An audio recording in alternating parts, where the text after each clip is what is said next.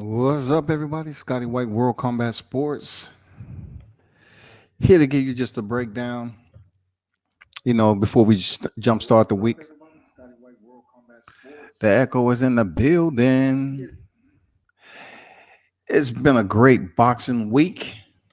Got a lot of media boiling over with some very important names in the sport.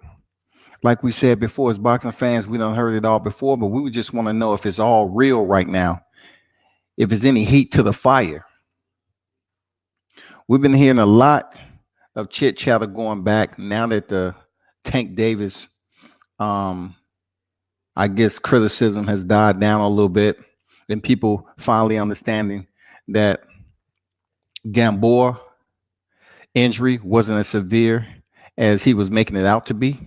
So I guess, now they would kind of look at it as if he might have been injured, but it wasn't from a ruptured Achilles. You know what I'm saying? A ruptured Achilles. And if you look at the fight, some of the movement that he was able to execute, why he was given that excuse as far as having a ruptured Achilles wasn't all the way 100% ruptured. First it was severed and then it was ruptured. And it just wasn't the case because he refused surgery and he's just gonna settle for rehab.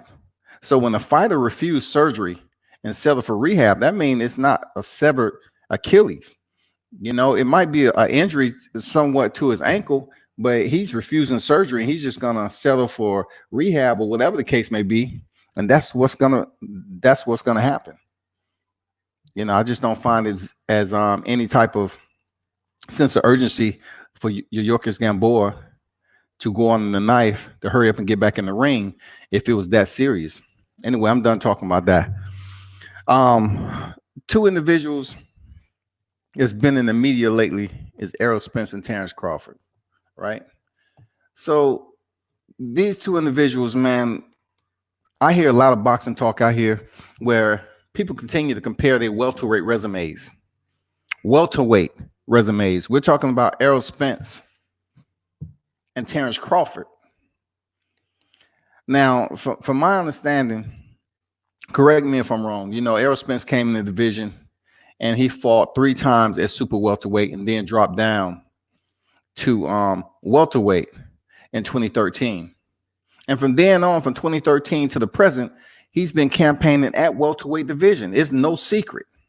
His record currently 26-0 and 21 knockouts. Very respectable record to Terrence Crawford, 36-0, 27 knockouts. But the separation is Terrence Crawford is 3 division champion. Errol Spence is a 2-time welterweight champion. Both of their resumes and credentials are respectable to a point. I know it's a lot that has been said with people comparing the two for welterweight. How can you compare the two at welterweight when Errol Spence Jr. has been campaigning at this weight since 2013? As we all know it, Terrence Crawford just dropped in 2018 and fought Jeff Horn for the WBO title. And then his next bout was Joseph Benavidez, Amir Khan, and Kavalauskas. There's no comparison to the welterweight. If we're talking about welterweight, we need to start at the championship level. We need to compare the two as far as when they actually picked up a belt at welterweight. And we all know that Errol Spence, commendable as it is, we need to salute him for going over in Kell Brook's backyard and picking up the IBF title, period. That shit is commendable. You have to understand the smile that he had on his face was like a dog salivating for the hunt.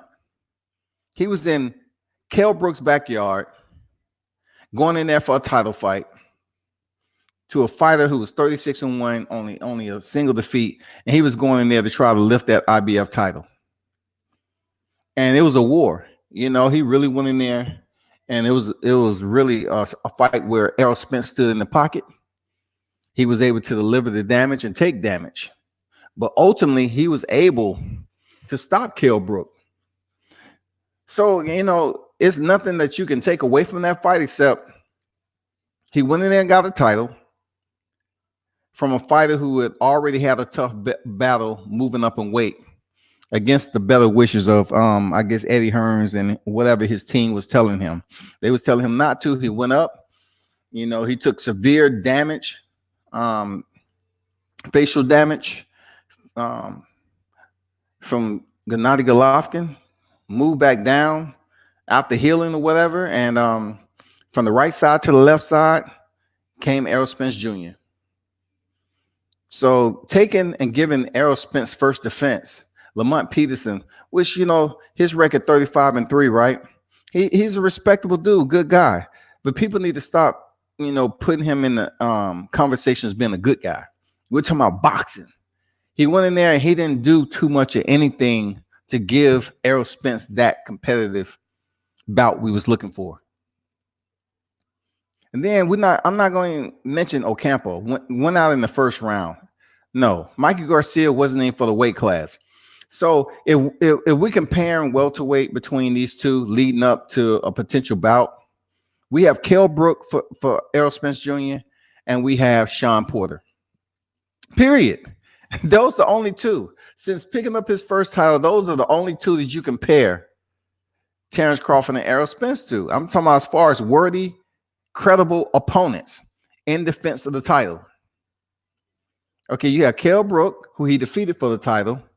And then, you know, I mean, we can throw Lamont Peterson in there, but really moving on up past Ocampo and Garcia is Sean Porter. Legit. Former IBF champion. Picked up the WBC title. You know, lost to Kell Brook, lost to Keith Thurman, and then came in here to fight Errol Spence Jr. You know what I'm saying? I mean, really, you have to look at it in that perspective. And then Terrence Crawford. He came here, of course, and fought Jeff Horn, who had already defeated Manny Pacquiao. People want to convolute his win against Manny Pacquiao as if Manny was an elder in the game. You know what I'm saying? You want to dilute Manny Pacquiao's performance with Jeff Horn because you're saying he was old. But when he stepped in there with freaking Lucas Matisse and everybody else and Keith Thurman, Manny Pacquiao of old is back. He get mad respect. But look at Terrence Crawford. He won a title from Jeff Horn 2018. Jeff Horn was undefeated. Tough Aussie, gritty. Took Terrence Crawford a while to get him up out of there, but he did. You know, I think he got him up out of there in the 10th round, I believe. So, yeah, the 9th round. So you look at Terrence Crawford stopping Jeff Horn, who defeated Manny Pacquiao. Who is his credible opposition after he was able to pick up that title? Joseph Benavidez was 27-0. That's the only bow tie that I can put on his suit to say, damn, you know, this is somebody who should be recognized as a worthy opponent for Terrence Crawford at the time. But he had been shot in the leg 8 times. Like he was really jacked up and recovering. He wasn't fully mobile. So I really can't say Joseph Benavidez, even though he had an unblemished record, I really can't say that he's a worthy of opposition to be recognized in a title defense since Terrence Crawford picked up the title from Jeff Horn. And then there's Amir Khan, former world champion, right? You have to put him in the equation of being worthy enough to be in that topic. Why? Because world champion. You know what I'm saying? Amir Khan. He had his good times and bad times. Yeah, he was slept. But Terrence Crawford went in there and gave him the front end energy on what he gave the back end energy to Kavaliauskas. He gave Amir Khan all that energy early on. And that was a bad picture that Amir Khan viewed in his windshield in that fight.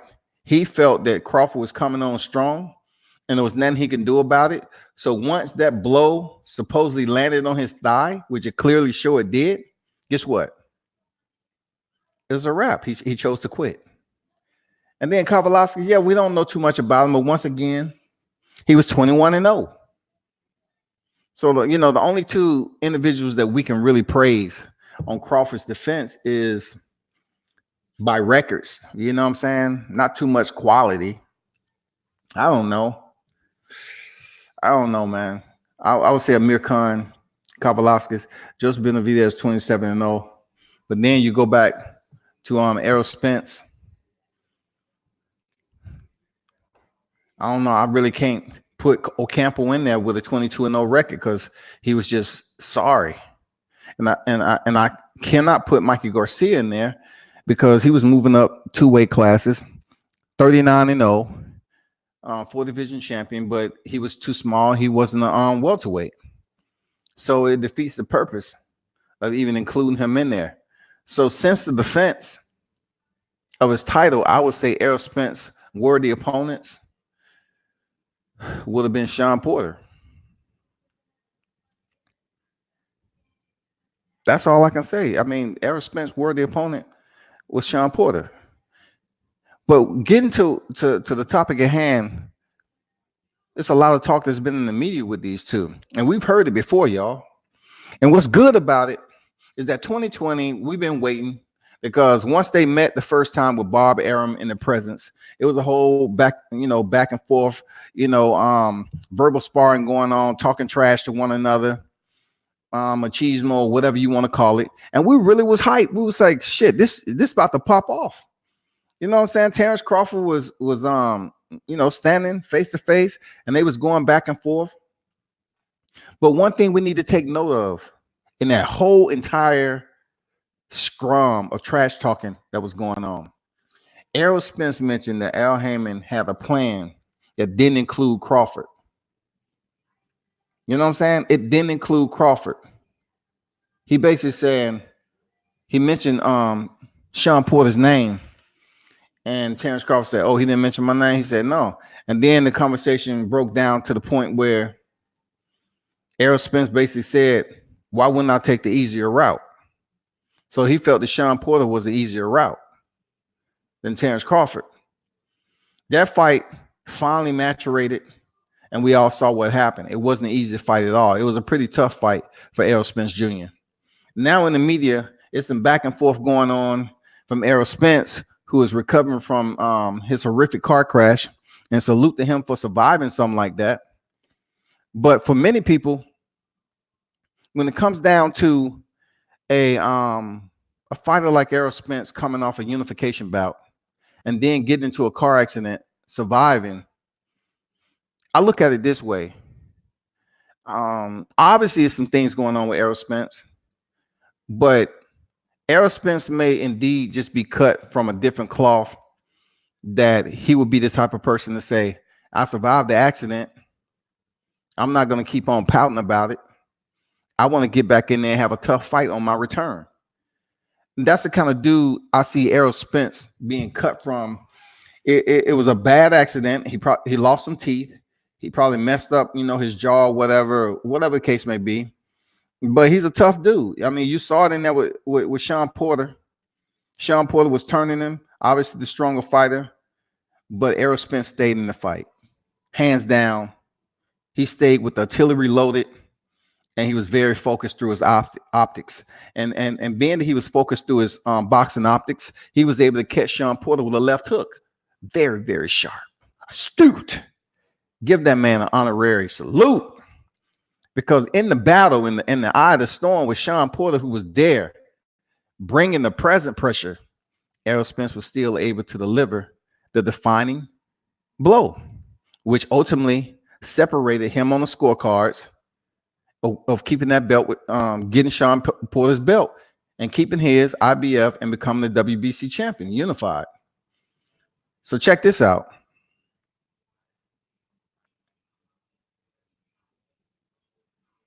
Will we be able to see this fight in 2020?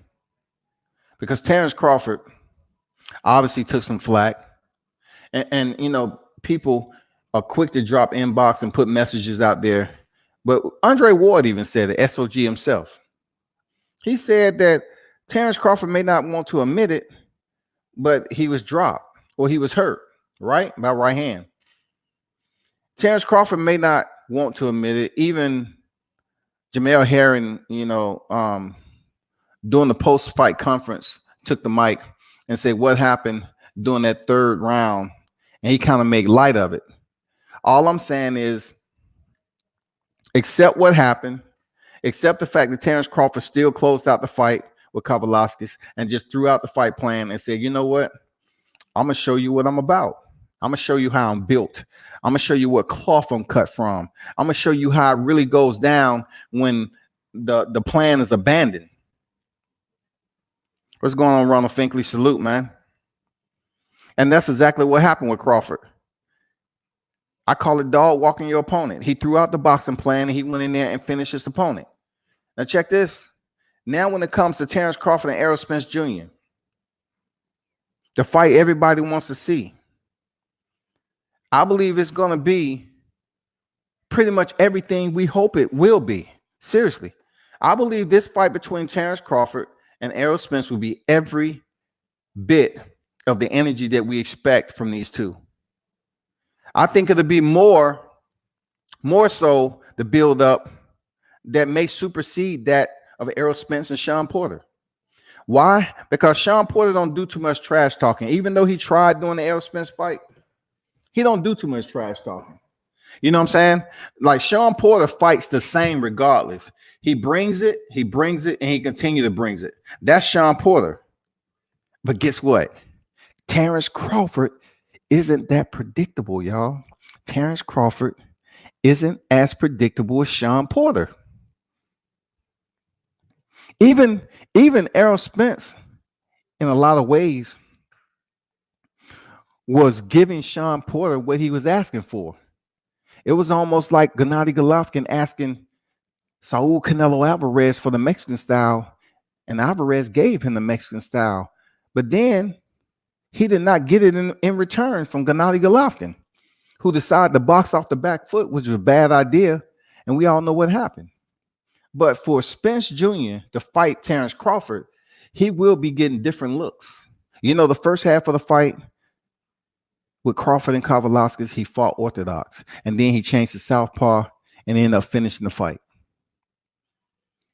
That is going to be a separation. I don't care what anybody say. It's going to be a separation with Crawford being able to give different looks to Errol Spence. Seriously. He's going to be able to give Errol Spence a different look. Regardless of what you want to say, you know, Errol Spence being a southpaw and then Terrence Crawford being able to fight southpaw, it's according to what the game plan is going to be, man. Will he start off, with southpaw, or will he fight orthodox? Either way it goes, Errol Spence is not as predictable as Sean Porter was when he faced Spence Jr., period. He's going to give him different looks and give him much more a variety of angles. Errol Spence, of course, if Terrence Crawford connect on Errol Spence, it's only going to fire him up. He's only going to power him to even come and return fire to Terrence Crawford to get it back, to score, to establish his dominance. And that's going to be hard to do with a fighter like Terrence Crawford unless you knock him down and knock him out. Seriously, because we've seen when Terrence Crawford get hurt, he either stick his tongue out, that's habit for him, or he come with it. You know what I'm saying? That's what he does. With Spence, he's more so, how you put it?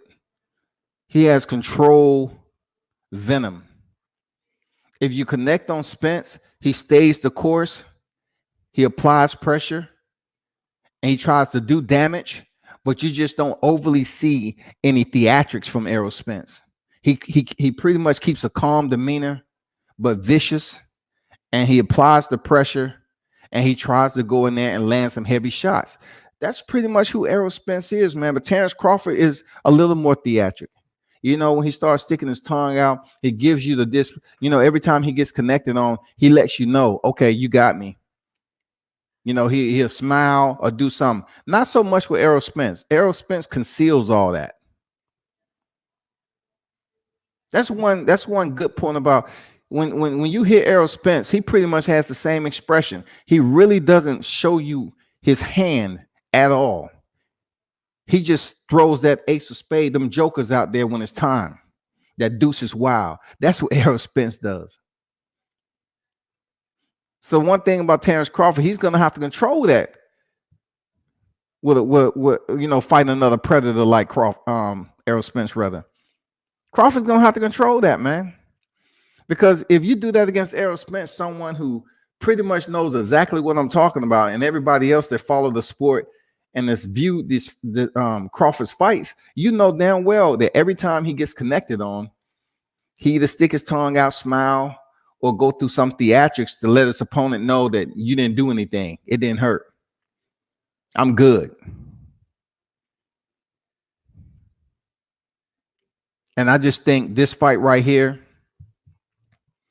to unify the titles for the IBF, WBC, and the WBO, I think hands down, it's going to exceed the numbers from Errol Spence and Sean Porter. I believe the action, the exchange, both fighters trying to establish who has the more domineering boxing skills, who's technically sound and superior. It's going to come out if this fight take place in 2020.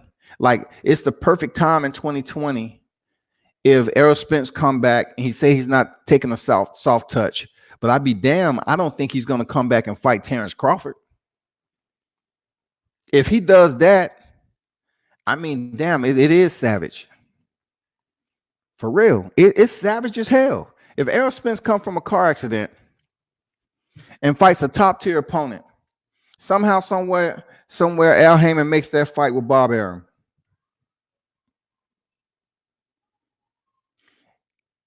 It'll be sick, period. We're talking about having Deontay Wilder, Tyson Fury, then potentially Vasily Lomachenko, Teofimo Lopez. And then somewhere in between, Errol Spence comes back, in May, supposedly. And we're not sure. We just have to take Errol Spence's word that he's saying he's not going to have a soft touch. But we just want to kind of understand what he means by soft touch. That's all I'm saying, because who potentially that we know of, right, that can step in there with Errol Spence and give him that buying power to put butts in the seats for his return fight. Because everybody is going to go. A lot of people are going to go to that fight with Errol Spence because they're curious to see how he's going to look. They're curious to see if he's lost anything. Did he land on his shoulder, elbow? Is his faculties there? You know what I'm saying? His mechanics working up top to his mental capacity. People want to see how he's going to function as a boxer, man. They want to see all that. So Ugas is okay. Check this out. Ugas is fighting Dallas, so I don't think he's gonna be fighting anytime soon of a big name to return. So let's take a wild guess. Who might be fighting Errol Spence upon his return? He's saying it's not a soft touch. It can't be Danny Garcia. Danny Garcia is not going to wait that long. A good fight for Errol Spence that'll draw some butts to the seats. Real talk. Sergey Lipinets. Tough dude. Come forward. He would be, very tough. He would be in the pocket just like Mikey Garcia pretty much. Because you look back at Mikey Garcia fight, man, he had Mikey Garcia fighting off the back foot. Really. Mikey Garcia had to make changes in that fight with Sergey Lipinets. So we look at Sergey Lipinets, all right, as pretty decent. And it gets a little dim from there. It gets a little dim from there, man. Josecito Lopez, I doubt him losing to Keith Thurman that Errol Spence even think about fighting him. Even though Josecito Lopez still has some value to his Wall Street. You know what I'm saying? But the only one I see is Danny Garcia, which should fight before then. I wish he would fight Manny Pacquiao or something. You know what I'm saying? I wish something would happen with that belt. But that's all we can look forward to. That's real talk. Like, who else can Errol Spence fight in the WBC and the IBF that's notable? The number one contender? I mean, we already done seen how that worked with Carlos Ocampo. So in the WBC, we only have Danny Garcia, Yardenas Ugas, you know. Not too many other familiar names that's notable. Hey, everybody that's in the building, you know, smash that like button for me. You know what I'm saying?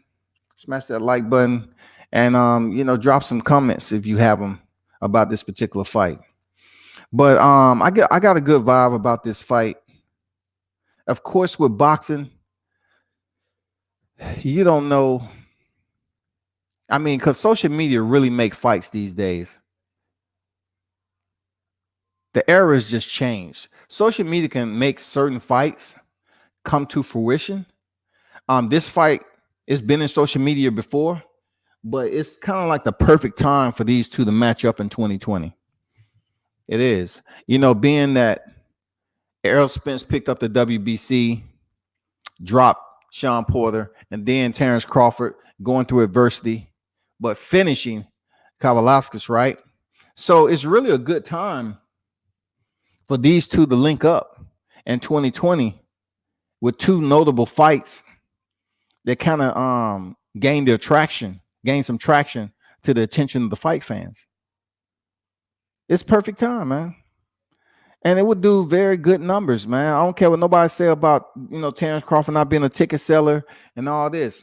I'm telling you, the fight between Errol Spence and Terrence Crawford will exceed the numbers of him and Sean Porter. That's obvious because a lot of people have digressed from speaking about this fight because they feel like the river in between is too far, you know, for them to swim across and meet in the middle, man. It's just too much. The current is too much. That's why people have digressed, because they feel like it's no way that it's going to happen, unfortunately.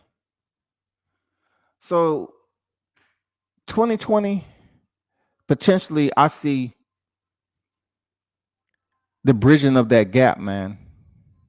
And I think it's going to be one of those fights to remember, because both fighters have that tremendous amount of dogmatic aggression and tenaciousness about them. You know, people, you know, I'm sitting up here listening to people on social media talk so poorly about Terrence Crawford, like he's ducking everybody.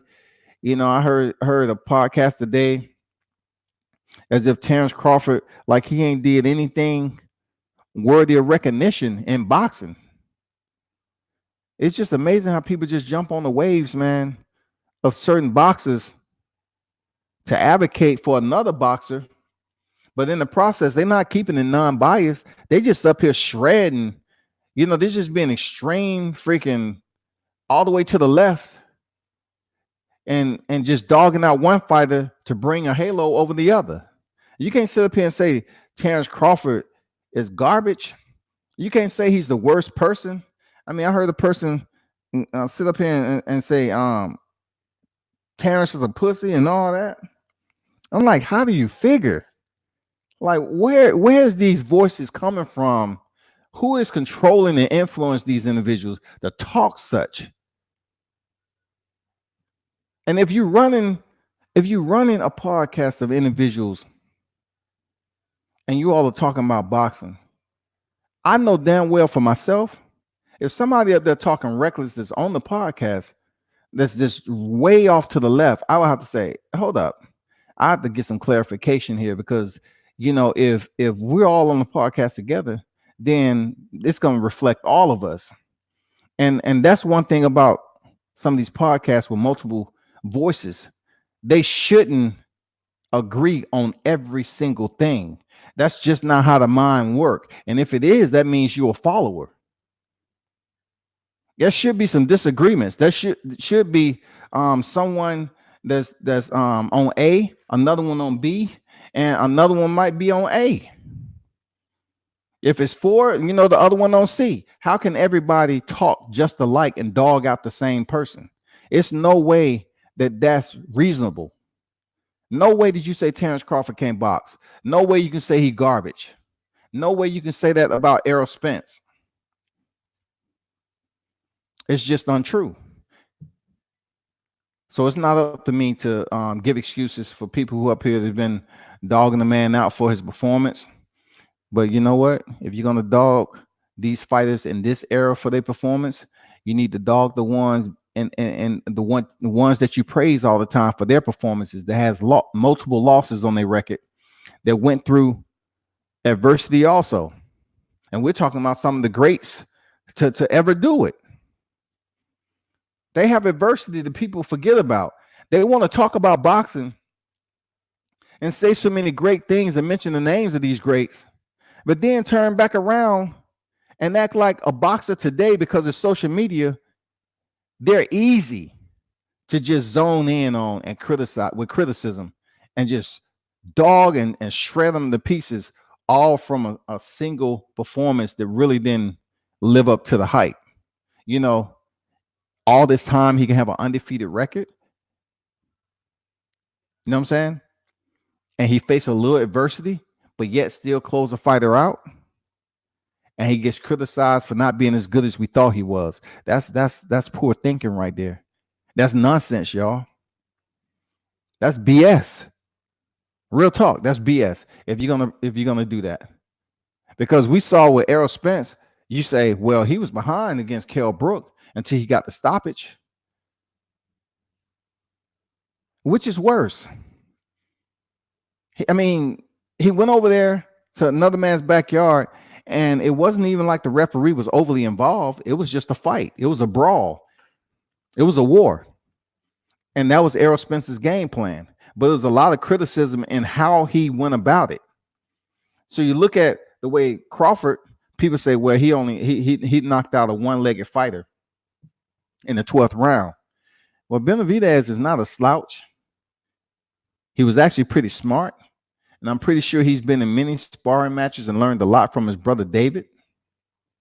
So once again, you're talking about fighters who are very worthy opposition, and they can present problems for some of these fighters at the top of the food chain. Right or wrong? Right or wrong, man. That ain't a hard sell right there. That is not a hard sell.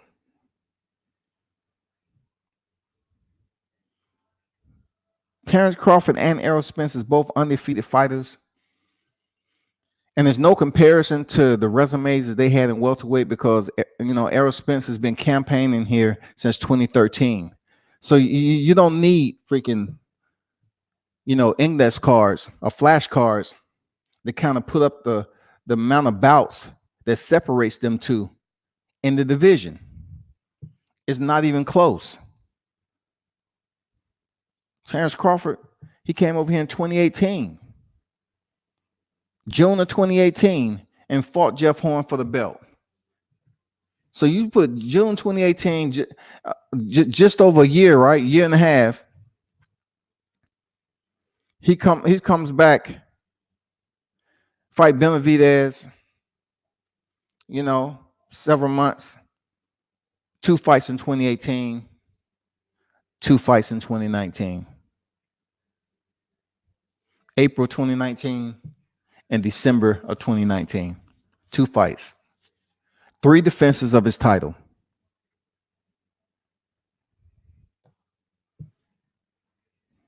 I'm looking forward to the fight. I'm pretty sure the betting odds is going to be crazy, because it's going to be one of those fights where, shoot, who are we going to go with? You know what I'm saying? Who are we going to go with? They really don't know. I mean, I'm just going off, if Spence come back and fight and doesn't look all that well off his accident, then going into that fight, if Crawford and Spence is made, they really don't know who's gonna win.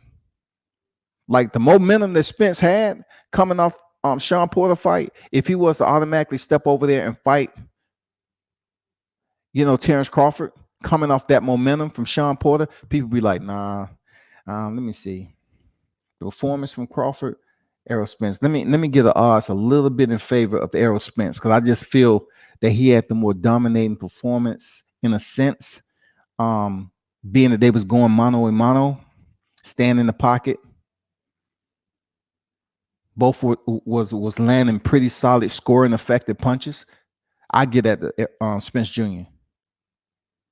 But that's kind of changed now since the accident, because it's uncertainty as to what his mechanics are about, what he actually injured, because the details was pretty scarce.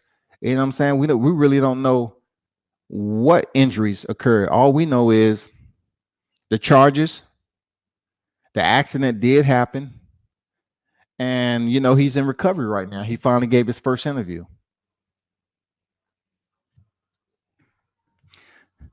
But I just wanted to hop on here and kind of put that out there, because I love the fact that we have social media, and we able to have fighters go back and forth on Twitter and get that warm up, get that sparring on social media, because it really does, man.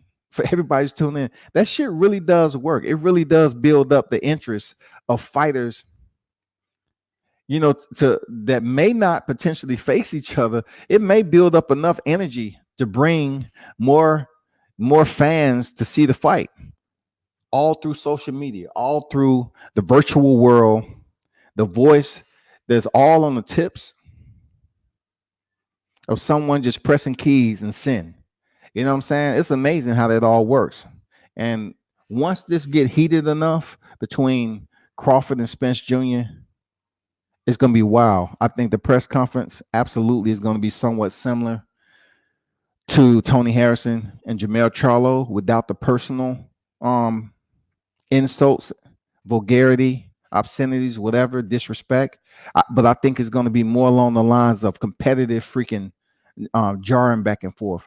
You know what I'm saying? These two just going blade for blade. You know what I'm saying? Trying to make somebody bleed internally. You know what I'm saying? I mean, that's what I get from this fight with Crawford and Spence Jr. It's just going to be one of those deals where both of these individuals are going to talk about, of course, their previous performance, and then they're going to mention what counts. And what counts is, I'm better than you. Period. I'm better than you. I can hear that from both Spence, Crawford. I'm better than you. It ain't nothing you can do to prove me wrong. We'll see when we get in the ring. I'm just a better fighter. Of course, it's going to be, some proven grounds to make that happen. But I think ultimately the fans that's on the outside listening, they really going to have a dilemma here. They're going to be like, shit, I want to go with Spence. I want to go with Crawford. I just don't know who to pick. Seriously. Because people were kind of they was kind of uncertain about the Sean Porter, because Sean Porter, coming off the Danny Garcia fight, he showed a little bit of different boxing skill. It wasn't that entertaining, but he got the job done, right? And then, of course, your Dennis Yugas fight, it was one of those underwhelming performances. But then he absolutely turned the volume all the way to the right and came in there full blast against Errol Spence Jr. And it was very exciting. So we can only hope that the verbal sparring continues. These two continue to talk up the game for the fight fans. I like it. It's quite different the way it used to be, of course, because a lot of the energy that a fighter used to have, a disdain, a contentiousness, animus to his opponent, it all played out in the presser. You know what I'm saying? We've seen it so many times, but here in social media, it can play out way before the press conference, it can freaking gravitate more people to watch the fight. And then it also helps out the promotion matchmakers and everybody that's involved, the team and everything, to really sell the fight and pick a nice price point for these fighters to make a pretty good purse. That's what happened with Conor McGregor and Floyd Mayweather. Tell me online, how in the hell can you get an 0-0 fighter just off social media? That fight was made off social media. Conor McGregor espoused Ronda Rousey's trash talking. And he was able to go out here and start trash talking Floyd Mayweather. And I'm pretty sure Conor McGregor and Floyd Mayweather was talking on the phone and said, hey, I hear you. Keep doing what you're doing. And let's see if the fans buy into it. And sure enough, Conor McGregor kept doing it, being disrespectful to his family, all that. And people just start thinking, damn, Conor McGregor, 2-division champion, he can actually go over here and defeat Floyd Mayweather. Yeah, he can do that. He can do it. He moved up 2-weight division. He picked up the title at 145. You know what I'm saying? Featherweight division. Knocked out Jose Aldo in 13 seconds. And then he moved up, faced Eddie Alvarez at lightweight. Blasted him. That's the underground king. Been a champion in every organization he's ever fought in. Like I did a live a good ways back. I talked about how legendary Conor's moves was. Not his moves in the cage, but the moves he made in his opposition. You know what I'm saying? To basically go that route from featherweight and then campaign at freaking what? Welterweight? Come on, man. For him to campaign at welterweight, get subbed, man, that was just crazy for him to move back down. 155. Knock the dude out, come the first 2-division champion, and then get a fight with Floyd Money Mayweather. Never defended either title. And for what it seems, made over 100 million. If you're trying to tell me that ain't smart, it just doesn't make any sense to me. Like, if that isn't smart, if that isn't genius by Conor McGregor and Floyd Mayweather to talk up this fight, I mean, that's social media. And that's the exact same thing hopefully happens with Terrence Crawford and Spence. Social media. People really, Terrence Crawford is not all about the media too much. You know what I'm saying? But check this out. Conor McGregor and Floyd Mayweather are still living quite happy, overjoyed to the monetary gains they made with the purse from just talking all that up on social media, going to the press tours. Conor McGregor and Floyd just doing some outlandish theatrics that we've ever seen to build up a fight. We never seen Floyd be subjected to such, I don't know, disrespect, degraded notoriety, being treated like he was the B-side during the press tour. But the one thing about Floyd Mayweather is that he was willing to go that route to sell the fight and then prove to you when he wore his goddamn ring attire that this was a heist. He wore his ring attire and let the fans know with a goddamn ski mask on that this was a robbery. He's going in there to make this heist.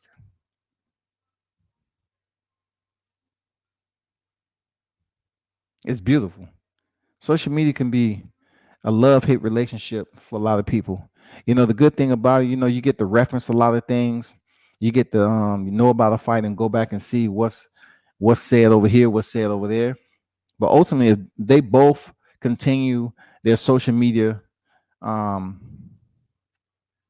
back and forth,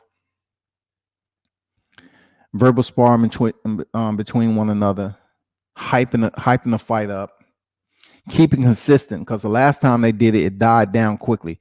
But this time in 2020, it seems to be, going back and forth. Let's keep that. Let's keep that fire. I don't want to be cliche and say keep that energy, but let's keep that fire burning. Keep the torches lit. Keep the heat, at the tip of the barometer, and keep people tuned in, because we really want to see this fight between these welterweights. Truly, we do. We want to see it, and we want to make sure that it lives up to everything that we thought it would be once it does happen.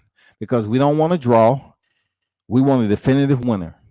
We want a welterweight unified champion with one more belt out there to get whenever Manny Pacquiao decides to step up and fight another champion.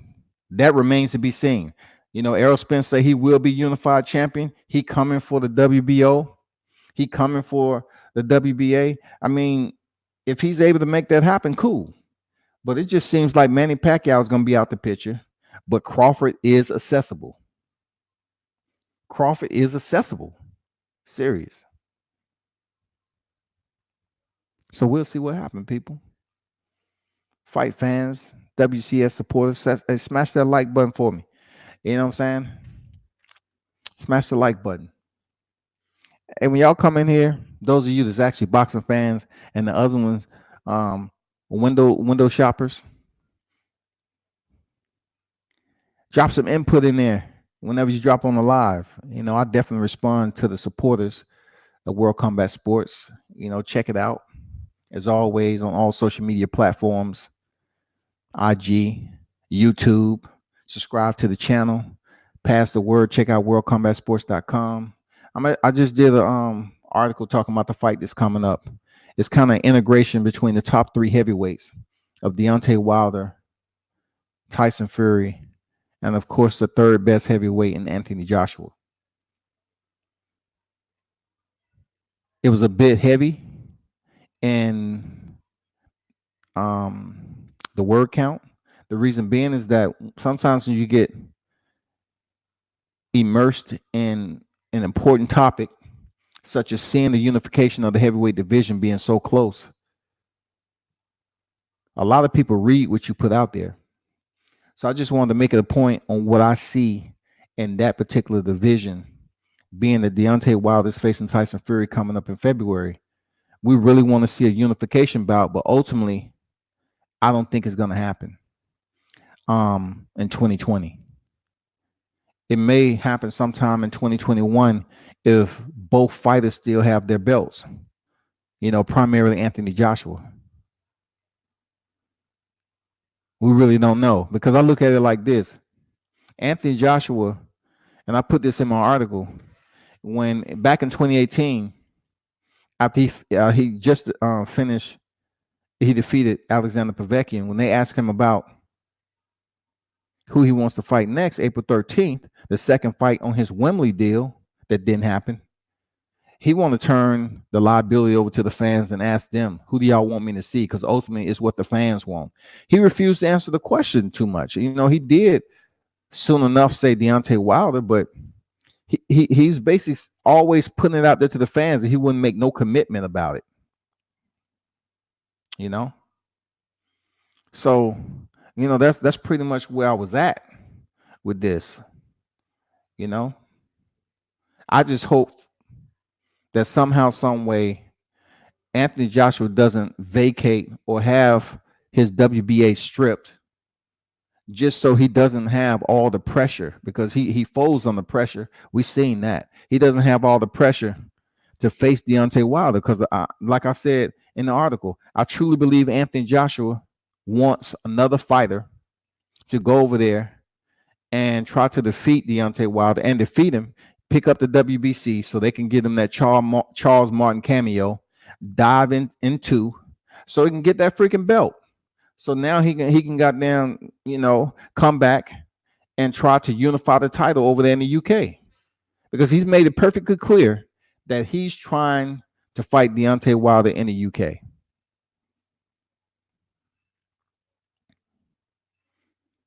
That's what it is, man.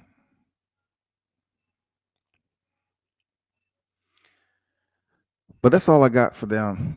For now. I just wanted to hop on here and give a little bits and pieces about the verbal sparring that's been going on between these two champions.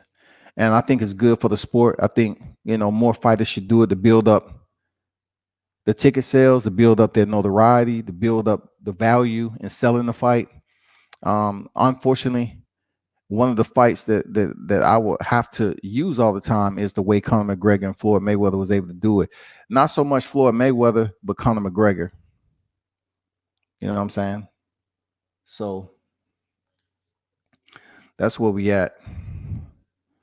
Martin said, "Who you got winning the Wilder Fury rematch?" It's no doubt in my mind that I'm going for, the Bronze Bomber. Period. There's no hesitation in that. I just feel that the second time around is going to be a much more analytical process as far as him going in there fighting Tyson Fury. I do believe that being that Tyson Fury did not want to take the rematch, that proves how hard he was hit, enough for him to not take the rematch, to go out here and fight another fighter, Otto Wallen, and then jump off the top rope over in the WWE, and then decide to come back and say, okay, now I'm good. You know what I'm saying? A lot of things happened in between that time. He finally slightly admitted that he was concussed from Deontay Wilder's bout. And then he faced Otto Whalen and going the distance with a guy and having a freaking deep cut from a guy who was undefeated and high ranked. He wasn't low on the ranking scale, but he wasn't a notable fighter anyway. But he ended up going the distance with that guy. And then he goes over there and fight Braun Strowman in the WWE, and now he's back to boxing. He's a man of many hats. That's what I could say about Tyson Fury. Give him his credit. He's a man of many hats. His mouthpiece is his flavor to all these networks that choose to have him on deck behind the mic to hear him talk and tell the same story. He can call everybody a dosser, a bum, and everything else. But yet, if I get on here and say the same thing about Anthony Joshua and Tyson Fury, people want to start whining and crying and need a diaper. That's all I'm saying.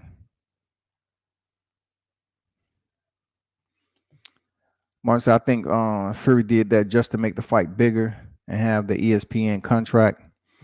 Whatever happened with him, procrastinating and not immediately signing that rematch, only he knows. But I truly believe that a deal could be made regardless. ESPN was already, good to go with Tyson Fury. You know what I'm saying? That was going to happen, because if you come off a draw with Deontay Wilder, the reason why they decided to sign him is because people gravitate to Tyson Fury. He's over here in the U.S. He's not pulling off an Anthony Joshua who choose to always want to talk up. He want to talk it up all the time about coming over here to the U.S. And then when he comes over here, he loses. He loses bad. So now his saving grace is what? He want the big fights back over in the UK. He had a run over there. Majority of his career was over there, outside of the perimeter of the U.S. He came over here. The fight with Jarrell Miller imploded. Then whoever sent the rover out, they weren't good at their job because they fit. Look, they end up selecting one of the most deceptive looking fighters they can ever freaking choose to step in the ring with, Anthony Joshua. And he ended up defeating him in the worst way. But then they go over to the sands of Saudi Arabia and fight a less than entertaining fight. I would say that it was less than entertaining for someone like Joshua fighting for unification. So imagine how the people felt that paid the money to go over there. At least they was able to draw the sands, the culture, or whatever they have over there in Saudi Arabia. I'm pretty sure the visual was beautiful in certain areas, all that. But when it comes to boxing, now Joshua is here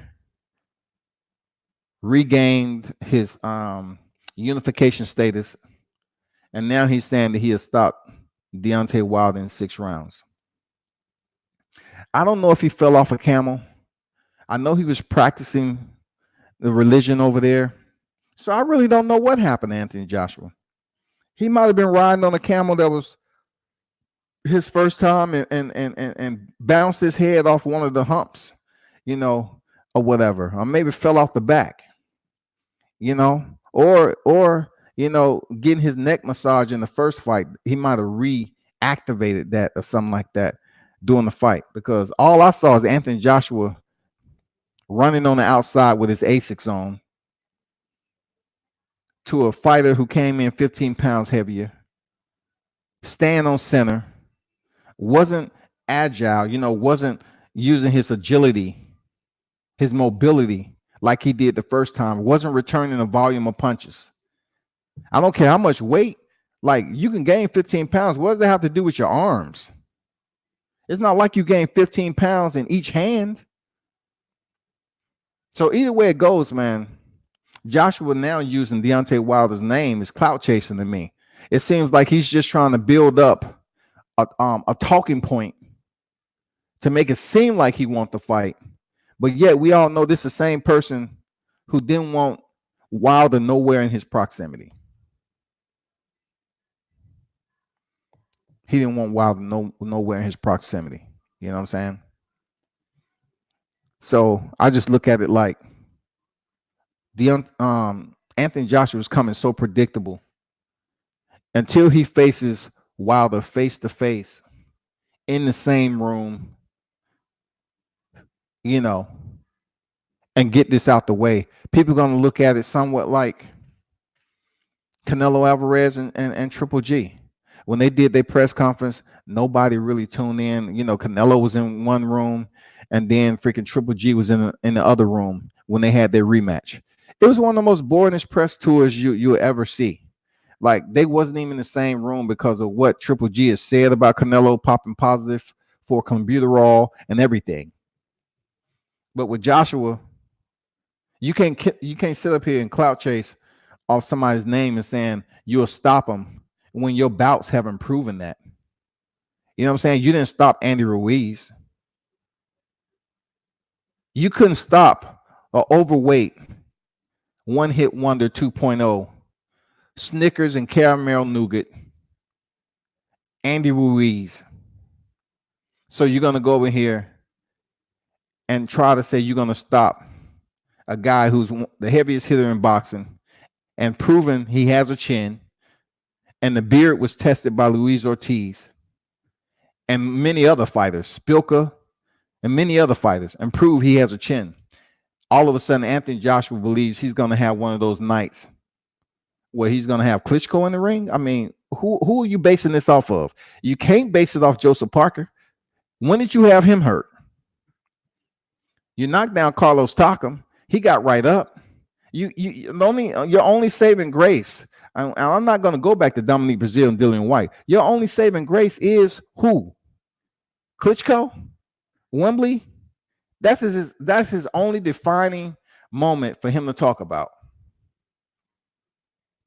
That's it. Selling out Wembley with a legend in Vladimir Klitschko. Period. That is it. That's all he has.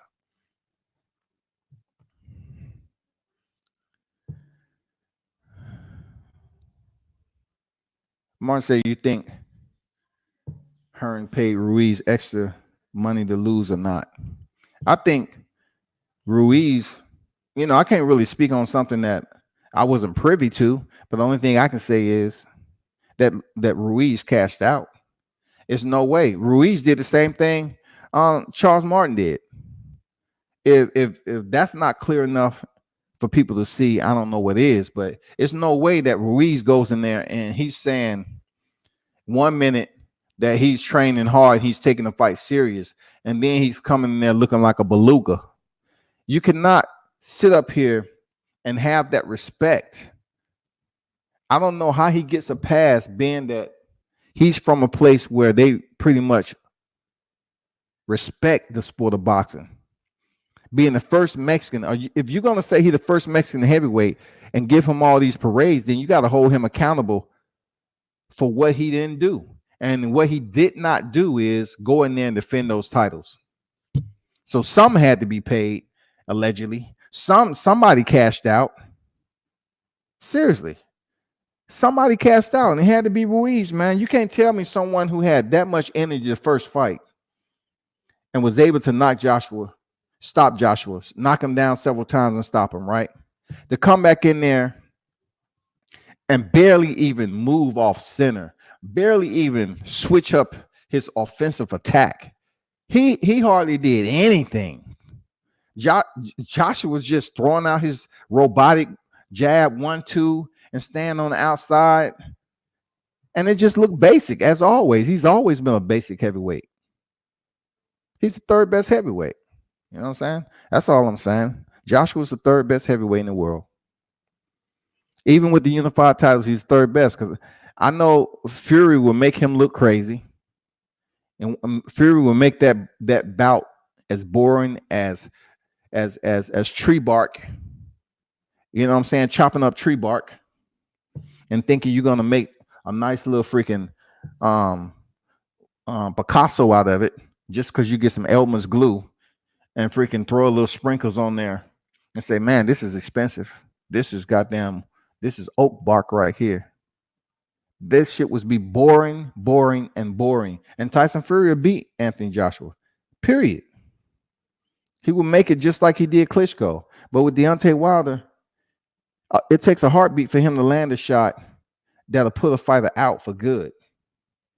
Fighters have been able to get up, but that doesn't mean that at the moment they wasn't in the upper room. They wasn't seeing the light. They wasn't up there having a conversation with the messengers. Seriously. And it's going to be a good fight February. You know what I'm saying? It's going to be a good fight. It would have been great if it's for a unification. So, I hope that the maturity of the friends that I'm with on Facebook that's from the UK understands that you can't sit up here and make a declaration that I'm over biased against UK fighters, because that's not true. That's far from the truth. I'm just keeping my word and holding firm on what I know about Anthony Joshua. I just think Anthony Joshua, being that he's a gold medal Olympian, and anybody who watched that fight know he was behind in the fight, he got gifted a gold ribbon, and therefore he was able to come up on the scene and get micromanaged and coddled and chaperoned as a heavyweight champion all the way up till he picked up the WBO, where the referee was just the third fighter in the ring. Would never let them engage, wouldn't let them get close, none of that. But it all got exposed when he tried to come over to the U.S. Jarrell popped dirty. They went out there and picked the wrong freaking fighter to replace him in 2 weeks. And may potentially gave up his title just to earn him back so he could say, oh, I'm a two-time unified champion. You never know with boxing. It's so much that goes on with boxing behind the scene, man. You don't know. That's all I can say about it. I mean, it's not fact. I'm just saying speculation is a lot of what we drive on when we on the outside, just reading, reviewing, and listening to new content, and just really observing to what's out here in these media airwaves. And that is constantly changing topics of discussion. So anyway, let's hope that everything keeps popping with Errol Spence and Terrence Crawford. I like the energy. I like the fight that's coming up with Wilder and Fury. I think a lot of people will, I don't know, a lot of people from what I'm hearing is going to continue to say the same thing, but they have to understand you're going to make a fighter extremely rich trying to hope he lose. And that's the kind of staple that's been attached to the front side of Deontay Wilder. It's a lot of people want him to lose. You know what I'm saying? He's 42-0, 41 knockouts. A lot of people are hoping he lose just because, man, his record is up there. You know what I'm saying? He's looking impressive. He's looking unstoppable. So just like Floyd Mayweather and a lot of people, they want to pay to see him lose, but they need the right person. And the right person and what they're thinking right here in this time, 2020, they believe Tyson Fury is that equalizer. But the second fight isn't going to be the same as the first. It's not. The second fight won't be the same. So they're gonna have to deal with it. And it's gonna be good. Just stay tuned for continuous reporting. I appreciate all the support, everyone. Like I said, just check me up on all social medias: IG, Twitter, Facebook, worldcombatsports.com, and of course YouTube. Be sure to subscribe to the channel and pass the word. I always salute the supporters of World Combat Sports, because one team, one fight. And that's what it is. Y'all have a good one. Turn up and tune in.